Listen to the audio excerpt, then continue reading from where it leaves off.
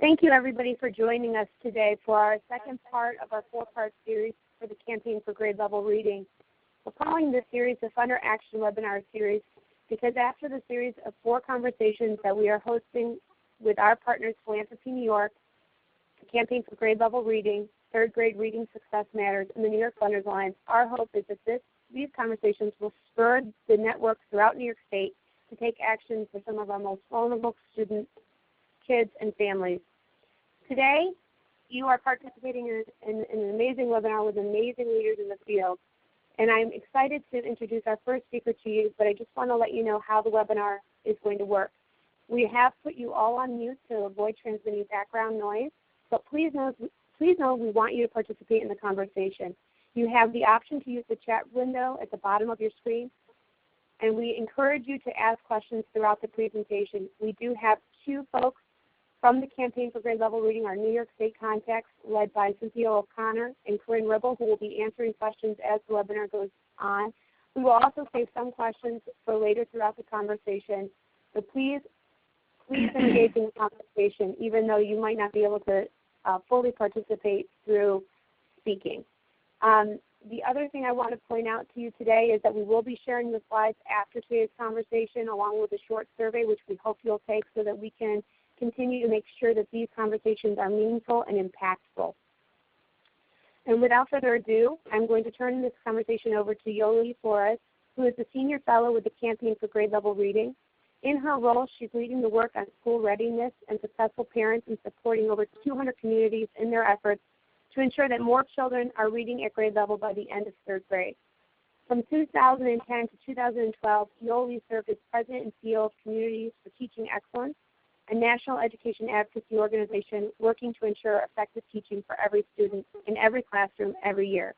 A key focus was on equipping parents and community leaders with tools, information, and resources to be strong advocates for quality teaching. Yoli was elected to the Los Board of Education in 2007 and served for 4 years as Vice President of that board.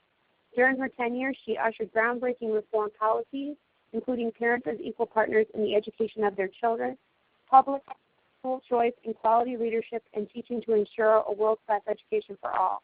She's also led on issues of early learning, bilingual education, and world languages. So without further ado, I'd like to turn this over to Yoli. Great. Good morning. Thank you, Lisa. I am so pleased and delighted to be with you as part of your webinar series. And let me just thank you and your leadership and the leadership of the local and statewide Campaign for Grade Level Reading for hosting this series.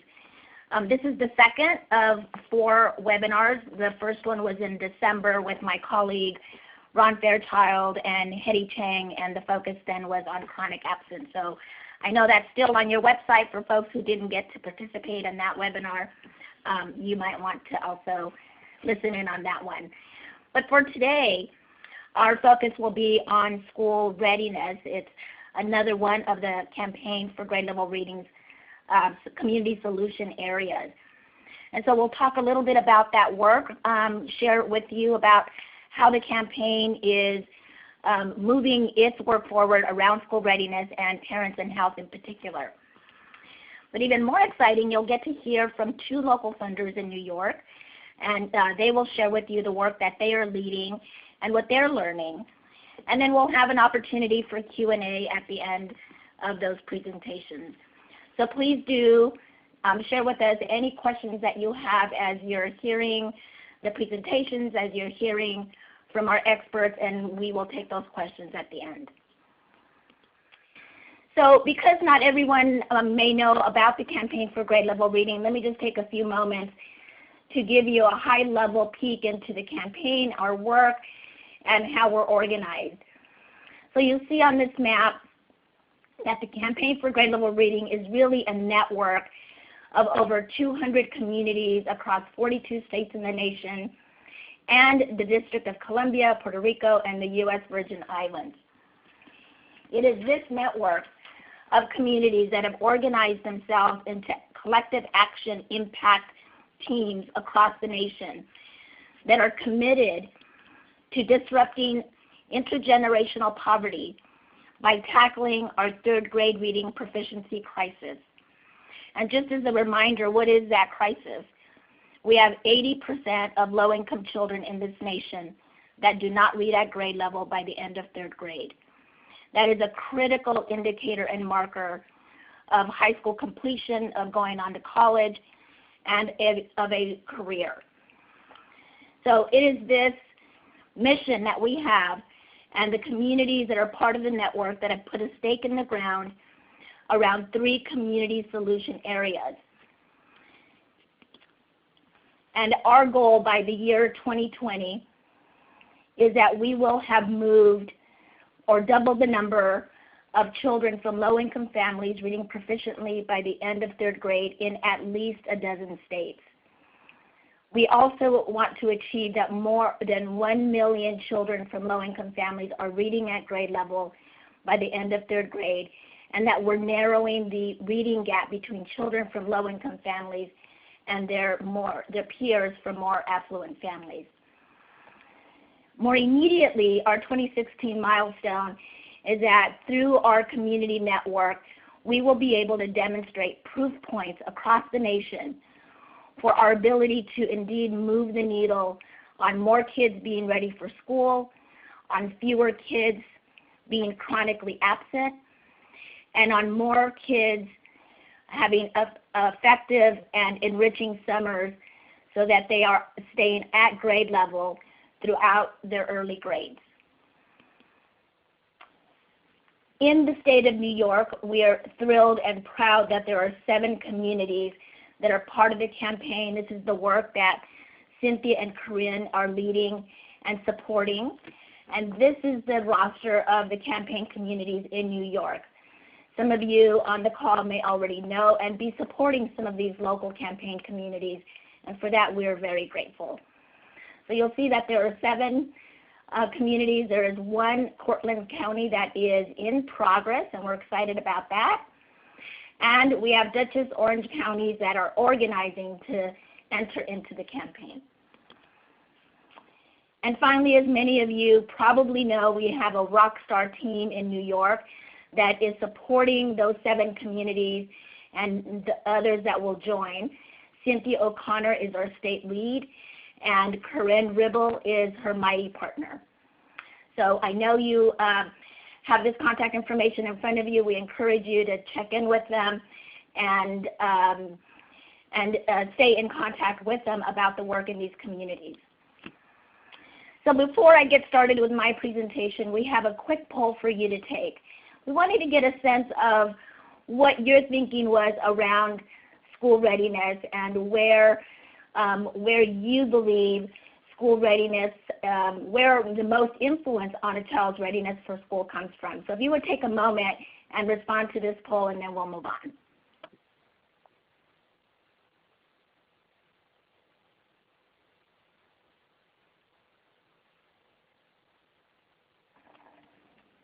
And I'm going to rely on our folks to let me know when the poll is closed.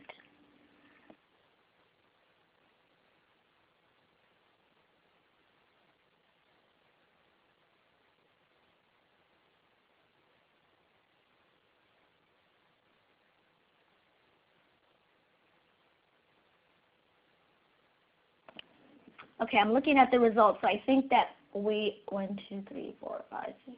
I think we're all in. So 4 of you believe that what most influences a child's readiness for school is the zip code they live in. 1 of you believe that it's the family's educational background. And 8 of you believe that what most influences a child's readiness for school is the interaction between parent and child. So let's see what you think after you hear the presentation. We'll share with you some science, some research, what we are learning, what we know. You'll hear that also from our presenters, and we'll let you come to the end of that conclusion, come to the conclusion at the end of our webinar. So let's move on. Oh, actually, there you go. Now you can see the graph with the responses. Okay. So let me jump into the work, the community solution area around school readiness. And as I said, The campaign is addressing 3 community solution areas: the summer slide, the readiness gap, and the attendance gap.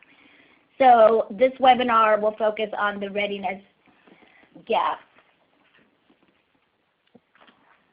And let me begin by saying that for too many children start school already far behind their peers, and they never catch up.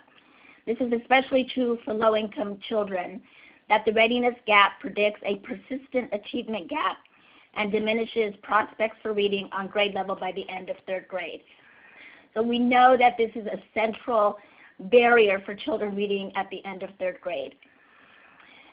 As we've looked across all of our work, whether it's attendance or readiness or summer, the campaign has learned quite a bit from its communities, from the science, from the research, and has placed 2 big bets, essentially what we know will move the needle on those 3 community solution areas. And that's a focus on parents and a focus on health, both in the early years and in the early grades. As we've learned that, we've also learned through the science that I'll share with you in a moment, that the role that parents play is essential, and that's why it is one of our 2 big bets. And we've spent time listening to communities across the country and really understanding what is the sweet spot, where do we begin to focus our work around supporting parents, because they are so central in whether or not children are ready for school. And in the process, we've come to the conclusion that just focusing on what we mostly generally talk about, which is parent engagement, is not sufficient. We don't always know what that means, where it means different things to different people, but instead we started to ask ourselves questions around what really will help support and equip parents to succeed as their children's first teacher, their brain builder, their best advocate and coach, that high-touch, high-tech manager that they are becoming, and their most important role model. So what you see in this graphic is our focus on what it is that we can do to support parents on those things that will make the greatest impact around school readiness, attendance, and summer. And since we're focused just on readiness for this webinar, I'm going to go a little bit deeper and give you a sense of how we achieved and arrived at the competencies that I'll spell out more specifically under school readiness that you see on this infographic. So our framework on parents starts with what we know from science and research. We've known for over 4 decades that the early years matter quite a lot, and that those experiences are predictive of subsequent academic performance.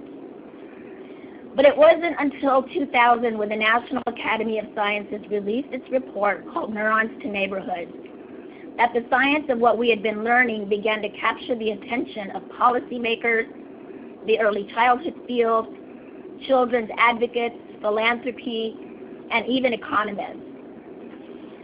One of the report's most powerful statements was that what happens during the first months and years of life matters a lot. Not because this period of development provides an indelible blueprint for adult well-being, which it does, but because it sets either a sturdy or fragile stage for what follows. Since Neurons to Neighborhoods, neuroscience has continued to illuminate our understanding about these highly robust and highly vulnerable early years, and why our full attention to this period matters tremendously, and why we focus our attention on parents. You'll see on this slide what we have learned. What we know today is that the first 5 years of life are more consequential than we ever thought. This is the period where the architecture of the brain, and therefore a child's capacity to learn, is being formed. Every moment, every experience is triggering neurosynaptic connections at a rate of 700 per second. By age 3, 85% of a child's brain is already developed. We also know that the relationships and interactions between young children and the adults that care for them, parents, caregivers, and providers, they are the field for brain development. In other words, it's the adults that care for children that are the brain architects for children. And as Harvard professor Jack Shonkoff reminds us, there is no development without relationships. The most recent development is our understanding of just how important executive function skills are for success in school and in life. These are the social, emotional, cognitive skills that manage thoughts, actions, and emotions to achieve our goals. A key finding noted by Alan Galinsky, author of Mind in the Making, is that we now have more and more evidence that executive functions predict success better than IQ tests. More importantly, that these skills can be developed when we know and act on the science of how children learn. The fourth point is that we know that language development and vocabulary skill building, both central to early literacy and a strong predictor of readiness for kindergarten, is highly dependent on verbal interactions between children and adults. And yet, we know that for low-income kids, the word gap is quite large. In fact, 30 million words large. This is why talking, reading, and singing are essential during the early years, why back and forth, serve and return conversations are essential, and why nurturing and responsive interactions matter. And finally, we know that there is a strong connection between learning and healthy development and health in general, what we call the health determinants of early school success. Related to this, we know that 31% of low-income children between the ages of 0 to 5 are at risk for developmental delays, and that as many as 50% of children with developmental delays will not be identified by the time they enter kindergarten. So we took the science and we took the research of what we know to then help us focus our work, our conversations with a network of communities that are part of the campaign about how they might focus their work, their investment of time and resources, to focus on exactly the things that will make the most difference as we support parents in helping children achieve grade level reading. And so we synthesized those 5 points there to focus our attention on executive function and emotional, on early literacy and healthy development. And this is how we arrived at those 3 parent competencies that you saw in that first infographic where you see the competencies under school readiness, attendance, and summer. And here I'm highlighting how we arrived to the 3 competencies under school readiness. So our work is to encourage communities, to support communities in imagining what they might do in their work at the local level, at the regional level, and even at the state level, to see more parents being able to engage in nurturing and affirming back and forth interactions. Again, these are brain building skills that are essential for children's early literacy and language. Or more parents being able to enrich their children's vocabulary and promoting a love for reading. And then finally, a focus on more parents being able to track and assess progress toward early developmental milestones. Getting this clear and this sharp, again, based on the research and the science, suggests to us that we will be more successful in moving the needle on school readiness and ultimately on grade level reading. And what are some success strategies that we are communicating to the network? First is on this science, on the research, on what we know, we must raise awareness. Number 2 is equipping parents and caregivers with the information, tools, and supports that they need that connects back to the science, that connects back to the research. And we'll talk a little bit, our speakers will talk about how they are lifting up those key proven and promising programs, tools, and supports for parents that align to those competencies. And then finally, as we all know, what it takes for collective impact to really work and be successful is that we ensure shared ownership, not only of the problem, but of the solutions. And finally, let me just say and make a point here that because we know that to reach the number of families at the scale in which we need to reach to move the needle, to double the number of kids reading at grade level, to go deep on school readiness, we have to rely on technology. So the campaign is partnering and lifting up important technology that can reach parents, that can support parents, that can inform and build the capacities and skill sets of parents to achieve those competencies that we talked about.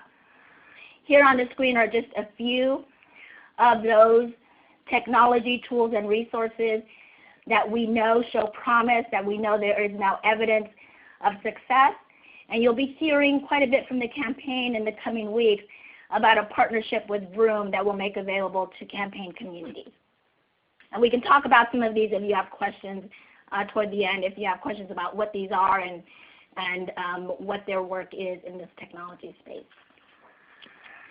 So now you'll have an opportunity to hear from two of our partners doing the work, doing the amazing, fabulous work in New York that is aligning to the school readiness, the commitment in New York, that are learning from their work and that are lifting up best practices, and I am thrilled to be able to present each of them to you now.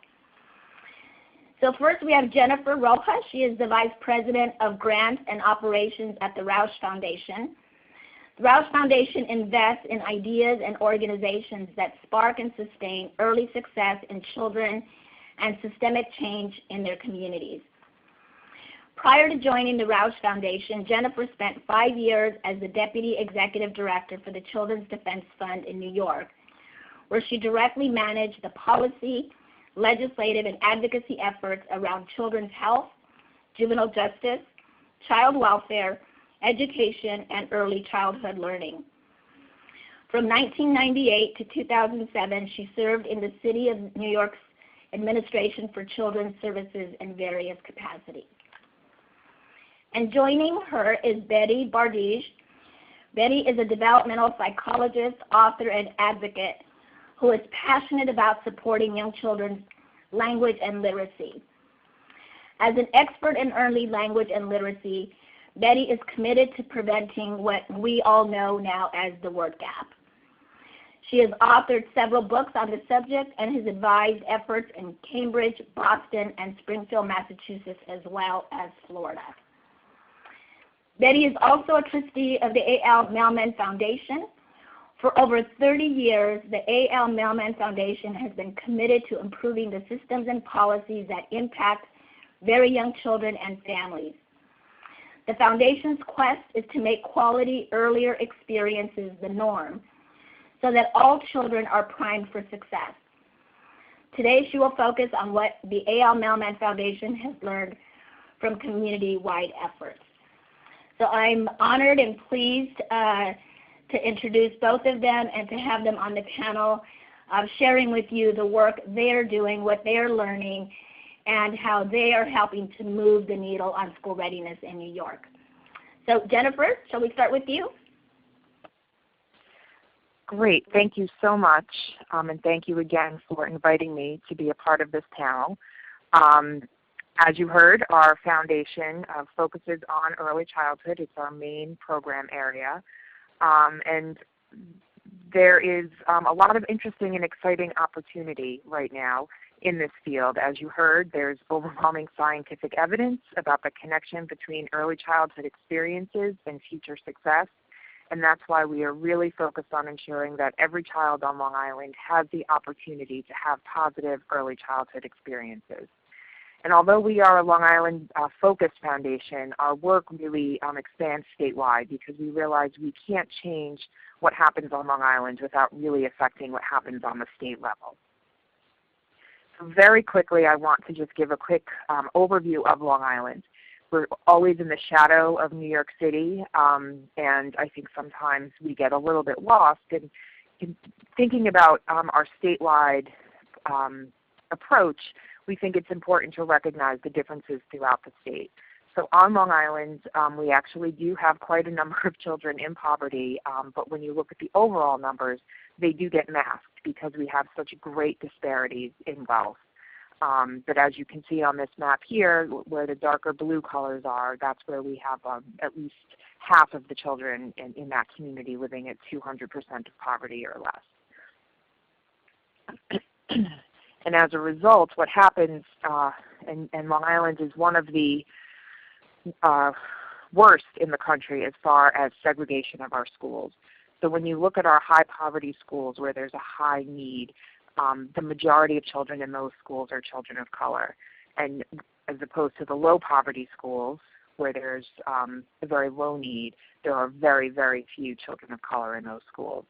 And research that we have done has shown that Nassau County itself is the second most segregated place in the country. As a result, not surprisingly, children who are graduating from the high poverty schools are much less prepared for college and beyond. So we have a real struggle once children are in school, and we're trying to see what we can do in those early years to at least give all children an even playing field. So we approach our grant making with three primary strategies. We look at effective local models and best practices, and I'll talk a little bit about one of our grantees in that aspect. We're also looking at how do we transform practice? How do we make sure that the programs that do exist are doing the best that they can, using the best scientific and educational and research evidence to make sure that they're providing the most effective level of service. And then, as I mentioned, we do a lot on state advocacy, really with a focus of how do we take all of these best practices to scale in New York. So I'm going to talk very quickly about two of our grantees and then spend time really talking about the state piece, because I think that's critical for all of us to ensure that children are ready to start school. So our first grantee here, Docs for Tots, is a small organization that's led by two pediatricians who really understand the connection of early childhood and health and life outcomes. And they are doing work on Long Island to ensure that all of the pediatric clinics are conducting the appropriate developmental screens. So they've started at the Nassau University Medical Center, and they're now reaching out beyond to all the federally qualified health centers. These are clinics that are serving pretty much all Medicaid eligible families. And now we have the practices change, not only to do the screenings, but to be more aware of the relationship between the clinician and the families. And we're looking at how we can now bridge that out to connect it more with the larger supports in the community. Our next grantee is one that we've supported for about 30 years. The Parent-Child Home Program is actually one of the few direct service grantees that we support, but it's a research-based model. It's proven to be very effective, not only in increasing school readiness, but new research is showing that it's improving third grade math and reading scores. It's a program, it's a home visiting program that really targets families with 2- and 3-year-olds, and it's a literacy-based coaching model. So paraprofessional home visitors go in and they model and coach the parents. And the idea is really that parents are the child's first and most important teacher. So it's not just about reading to your child, but in creating an environment that's supportive of positive child development. As I said, we've been supporting this program for more than 25 years, and it's a highly effective model. In other states, it's really been taken to scale. It's been integrated into state early childhood policies.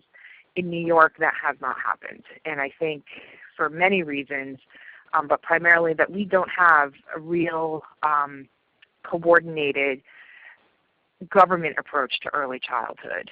And so there's a constant battle between the very limited resources, and Parent-Child Home has not been able to break through in that.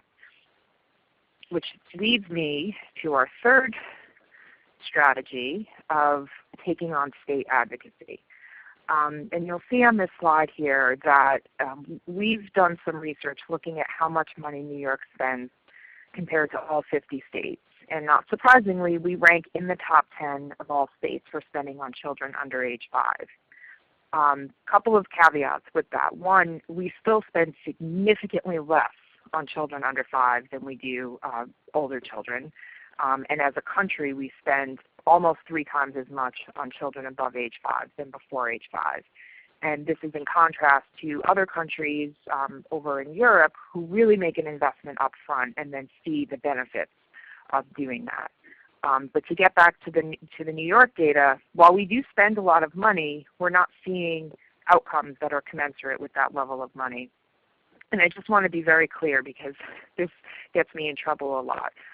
While I don't think we're spending our money wisely, I'm not saying we are spending enough money. We certainly need to spend more, but I think the idea is that if we could spend it more effectively, we could see more of an effective output on the end.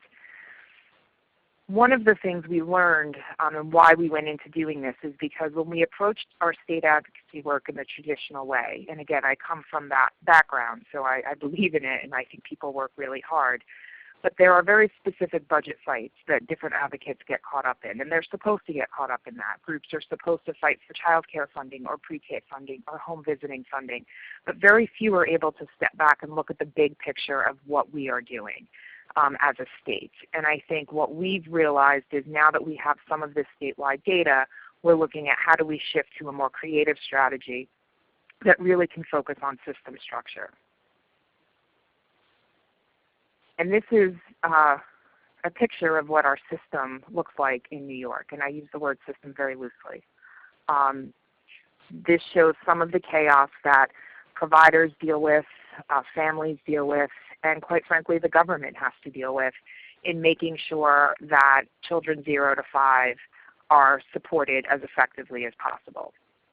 And I put who's in charge at the top because I think depending on what program you're in, it depends on who you can hold accountable for the results of that program, and it varies throughout the state. Just one quick example to make this concrete. You'll see those 7 little green boxes there. Those are the 7 different pre-K funding streams. New York has recently invested a significant amount of money into pre-K, which is great. Every time they do that, it's a new competitive grant or a new stream of funding that has different reimbursement requirements, different requirements for the quality of the program. And with this new proposal, it could even mean a different place that the program is responsible to, which would be now under the governor's office through OCFS.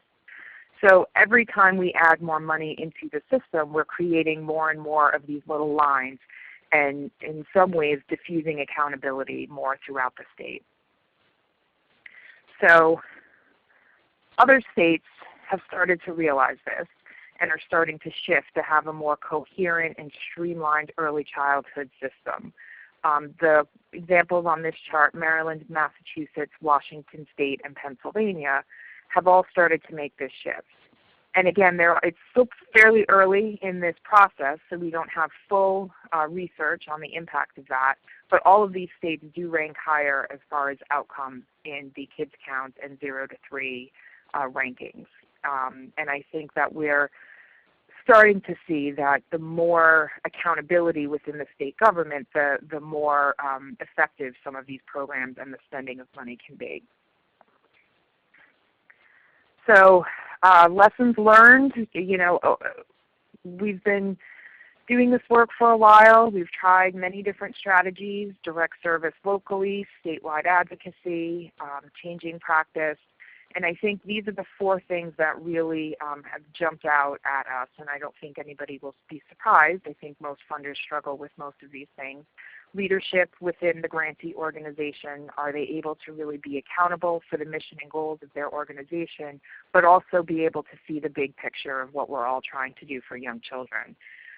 When we focus more on advocacy and policy, how do we measure outcomes? How do we make sure that we as funders are setting realistic outcomes and holding our grantees accountable for that? And this is more difficult when you're in advocacy, but it's definitely possible. Hello? Okay. Sustainability, this is a huge challenge, especially in a state where there's not significant funding for programs outside the major ones. So when we do fund a grantee that's providing direct service, we really look at, will the grantee's work have an impact beyond the life of the grant, or are we truly doing a charitable action and keeping that program running to serve families? And related to that is how do we scale it up so that all the children who need a program are able to access it. And lastly, moving forward, we're really excited. We think there's a great opportunity to start focusing on some state system reform work. We think that having statewide partnerships around reflecting the different regional needs is important, and that we really learn from what all of us have been doing around the state as far as best practices and effective models. And as we see more money get put into the early childhood system, I think it's incumbent upon us to make sure that it's being spent effectively and achieving those intended goals that we all have for young children.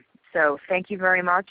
I'm excited to work with everybody, and I look forward to moving forward on these opportunities. I am now going to turn it over to my colleague, Betty Partage, and she will take it from here. Thank you. Thank you. So I'm going to focus specifically on the lessons that we've learned, and I'm drawing now not only from the Mellon Foundation's funding that has been in New York. We funded Parent Child Home Program. We actually funded because we're a national funder, Docs for Talks, when it started. But I'm going to focus also on my own work and the programs that I know about in Massachusetts and Florida, and try to synthesize the lessons. So some of what we've done was called Grade Level Reading Campaign, and some of it was started before we had that wonderful name and that wonderful commitment. So, first lesson, start early and grow with a child. We know that language is key to literacy. We also know that early language advantages compound. So if we want all our third graders to read at grade level and stay on track when the texts get more demanding, then we need to focus on language, and we need to start at the beginning. The most effective programs start in infancy. Some of them even start before birth. Parent Child Home Program is effective starting at age 18 months or 2. And they focus on the responsive interactions with parents and caregivers that build children's early language. How much people talk with children, that's a 30 million word gap, that makes a difference. But how they talk and how they talk with children, not at children, is even more important. So our programming needs to start early, and messages like talk, read, and sing need to grow along with the children. Baby talk, board books, nursery games, those are great for babies. They draw them in, they engage them, they help them learn the basics of language and communication. But older children need more. They need extended conversations with lots of back and forth. And those conversations need to include rare as well as common words to build the vocabulary. They need to include talk about the past, the future, hypothetical, the imaginary. Children also need pretend play with peers that involves dialogue and co-construction of stories, and they need enough time to do that. And that's critical not only for language, but also for those executive function skills that Yeli was talking about. They also need broad and deep content knowledge. And, of course, they need to play with sounds and words. They need frequent opportunities to make, especially as they get to be 4 and 5, to make connections between oral and written language. And for children of all ages, these language and literacy building experiences need to be grounded in the nurturing relationships, in the languages, and in the cultures of their families and their communities. So one of the things that we tried in Cambridge and that people have tried in various forms in other places is to use literacy ambassadors. In Cambridge, we recruit them from our English as a second language programs, many of them. Their job is to reach out to families, engage with them, to inform them of resources and programs, to bring them to community building events, to share messages, opportunities, and thought-provoking conversations in ways that are culturally responsive. Boston trains community members to use the ASQ assessments as a way of opening conversations with families about how their children are developing and what community resources might be helpful. Also in Boston, the Smart from the Start program, which is kind of like the Harlem Children's Zone, brings cohorts of expectant parents together in classes that culminate in baby showers, and those are followed by parenting classes and play groups and parent leadership groups. So they build these tight social support groups and cultures that trumpet the importance of early learning and proactive parenting. And when I go there, they say my message is to me. These ongoing groups also build the next cadre of outreach workers and activity leaders, and that's something I know Parent Child Home Program does also. They build from within,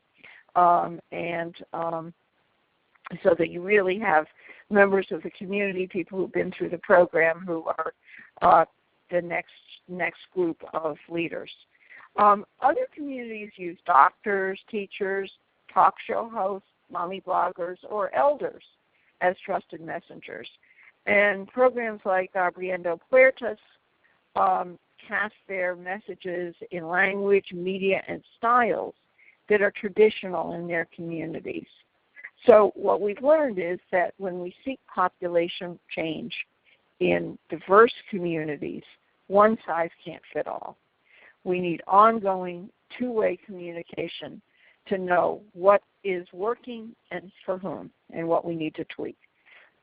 The next lesson is about building the early education capacity because, of course, most of our children are not home with their parents all day. Some of them are. So some of our best literacy ambassadors and language and literacy builders are our early childhood educators, including early Head Start and family child care providers, as well as center-based teachers. But they need support. Many of them are not familiar with recent research in language and literacy development and effective practices. They might know very little about dual language learning, and they're getting a lot more dual language learners today. Or they might not know how to help children with a variety of special needs or how to engage with families whose backgrounds and beliefs might be different from their own. Most of them are severely underpaid and they're undersupported.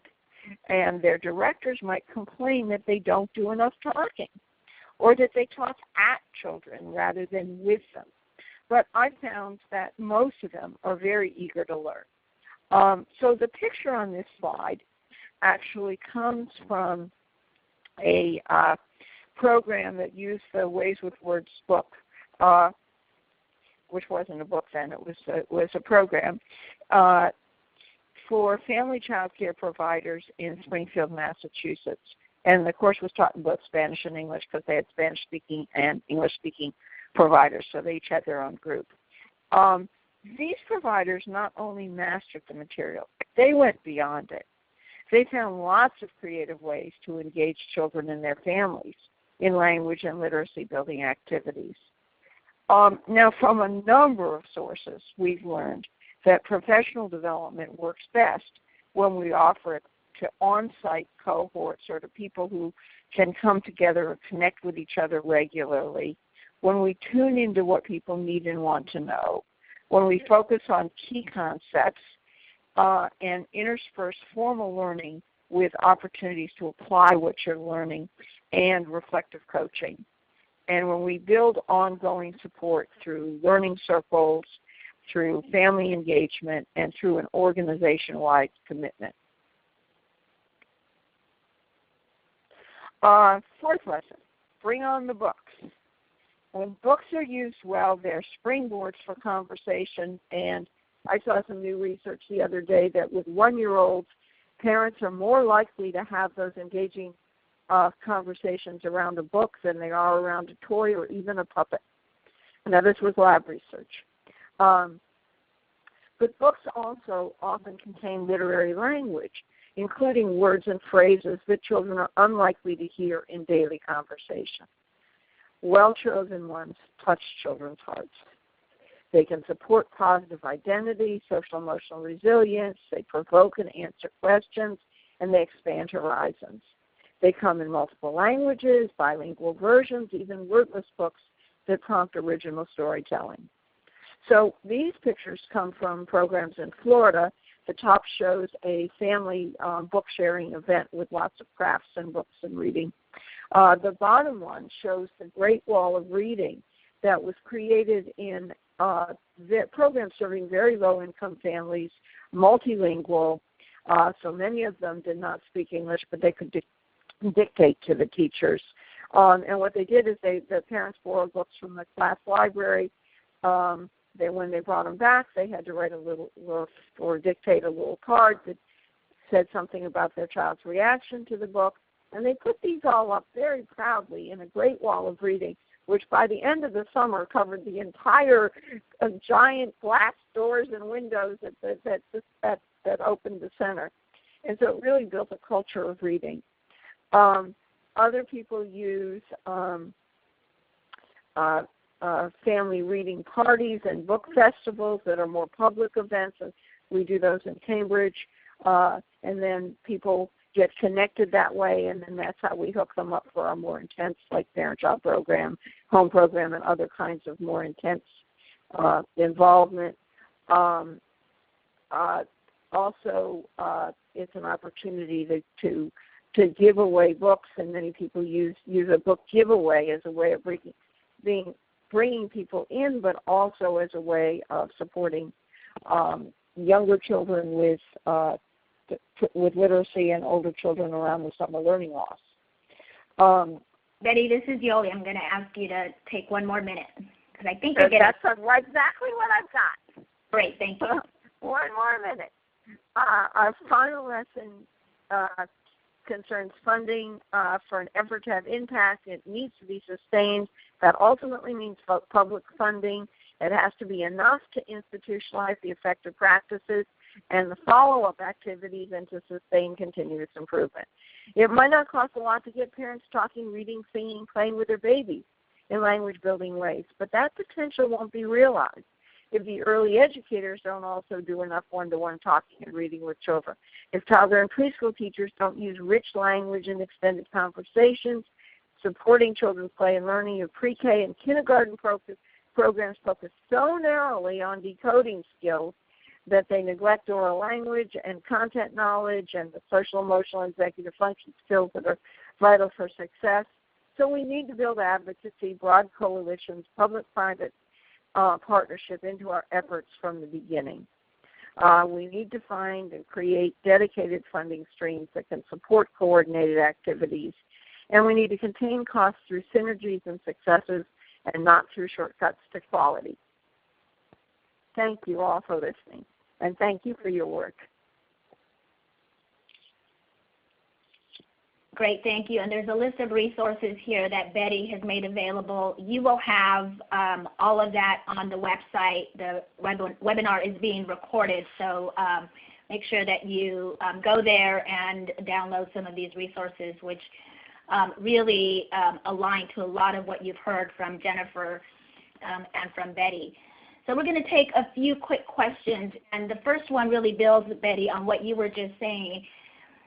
Both you and Jennifer are really talking about the need for policy, for public policy change in the state of New York. One, to begin to close the science policy gap. We know so much. We have deep science and research that tells us how critical it is to start early, the important relationship between parents and their children and caregivers and their children. And yet, there's such a disconnect still in how we fund, what our policies are.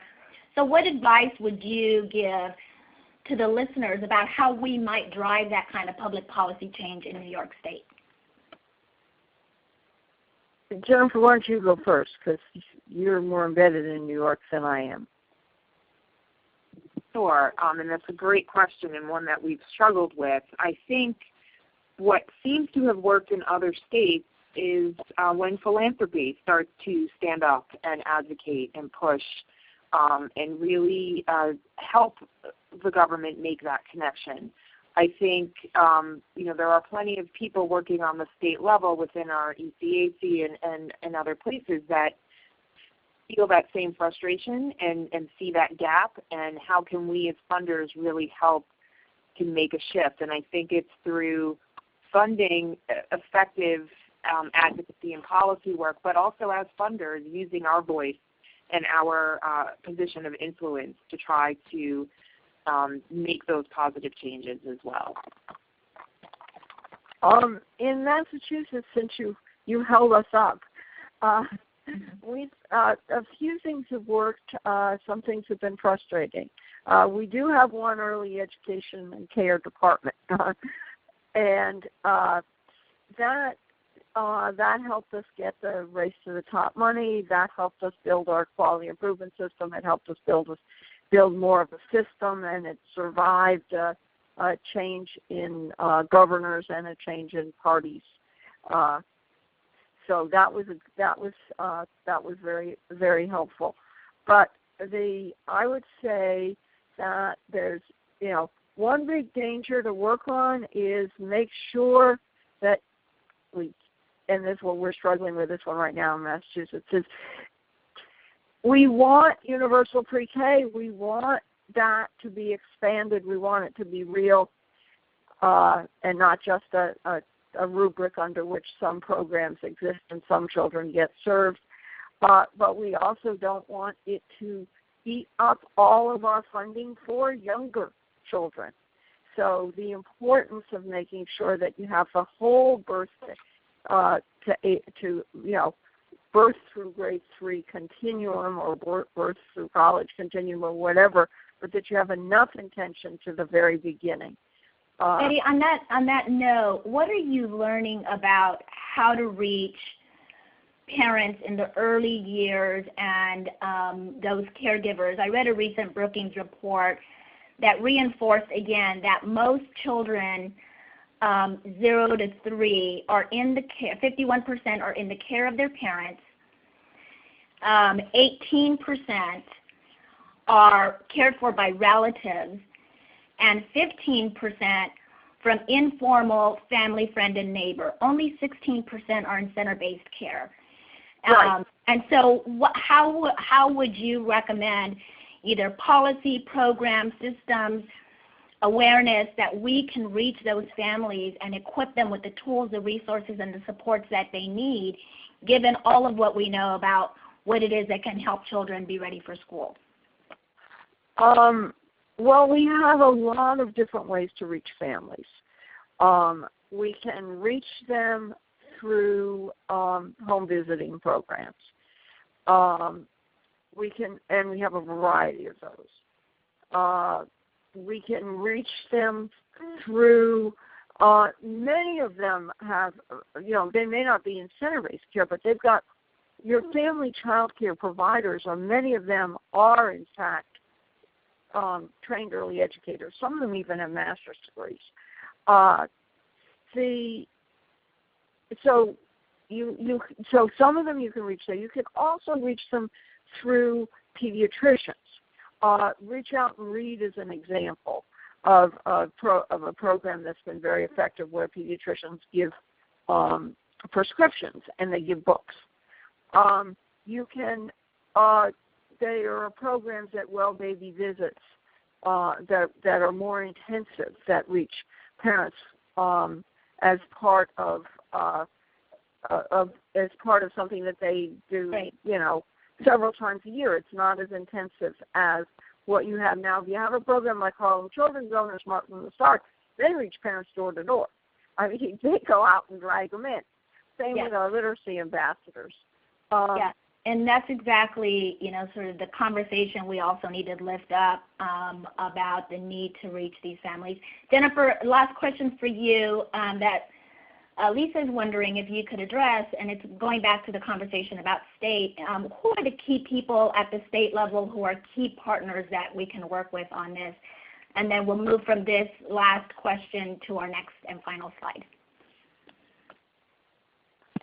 Well, I think it's starting with the members of the Early Care and Advisory Council, the advocates who work on the state level, and then looking at who within the different departments will be champions for zero, or a birth through third grade approach. I think, that piece that Betty was just mentioning, we have such a push for pre-K in New York State, and yet our child care system is about to completely fall apart if we don't have new funding.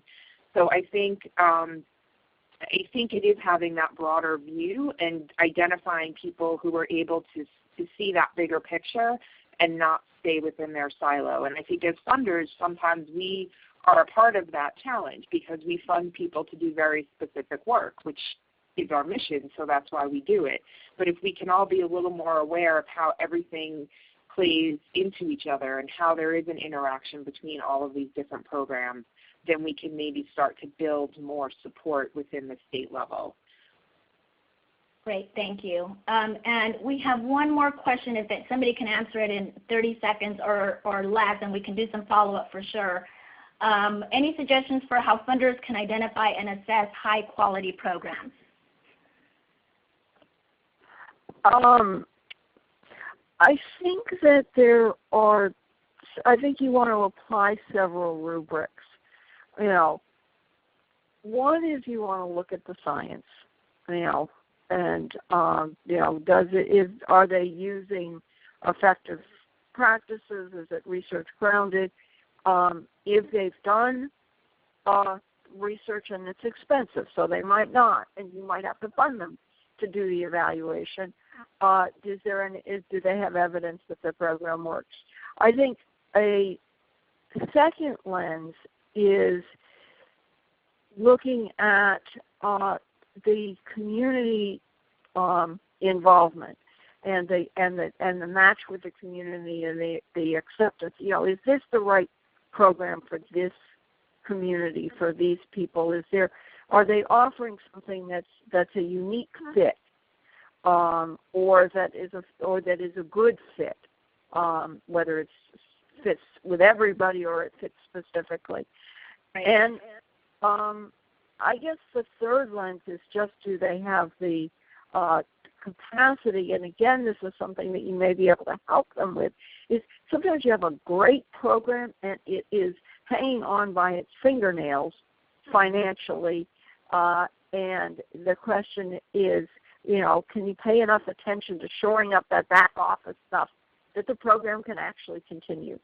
Yeah, thank you, Betty. And a much longer conversation, a great question, and we encourage you to really delve into that further. We're at our time, unfortunately, and we wanted to just share a couple things before you all have to leave. First, as a way to continue this conversation, to learn more about what we're learning, what's working, what should funders know and be able to do. These will all be the key highlights of the 2016 Funder to Funder Huddle that's sponsored by the Campaign for Grade Level Reading. It's scheduled for April 7th to 8th in Washington, D.C. You should have already received invitations from Lacey or from Ralph Smith. We would love to have you join us. Put that on your calendar, and if you have questions, you can reach out to me or to Cynthia or to Corinne, and we can give you more information. So I'm going to hand it off. I want to say thank you again for inviting me on behalf of the Campaign for Grade Level Reading, for the work that you're doing in New York to really close this very shameful gap that way too many low-income kids do not read at grade level by the end of third grade. We're on the way to close that gap, and you're all part of it, and we could not be more grateful. So I'll hand it over back to you, Lisa. Thank you, and thank you so much to all of our presenters today. As Yoli just said, our presenters are interested in furthering this conversation. Today is just the beginning of what we hope will be an ongoing conversation. And I want to thank Betty and Jennifer for your expertise on today's call. I also want to highlight that the part 3 of our conversation on summer learning will be next month on March 16th at 11 a.m. We will get that invitation out to everybody across both the Philanthropy New York and the New York Funders Alliance network. And we at New York Funders Alliance and Philanthropy New York will have the first 2 conversations available for you. So if you missed Conversation 1, or you want to share Conversation 1 or Conversation 2 with your networks, with your boards, with your staff, please know that we are making that available to you. After this call, we will send a short survey, as I said, and we will also send the PowerPoint slides in PDF form. We ask that you share them, but make sure you don't alter them. And if you have any questions, know that anybody on the Philanthropy New York staff and the New York Funders Alliance staff are here to assist you and answer any questions and help you connect to today's presenters. And we look forward to having you on the next conversation. Have a great day, everybody.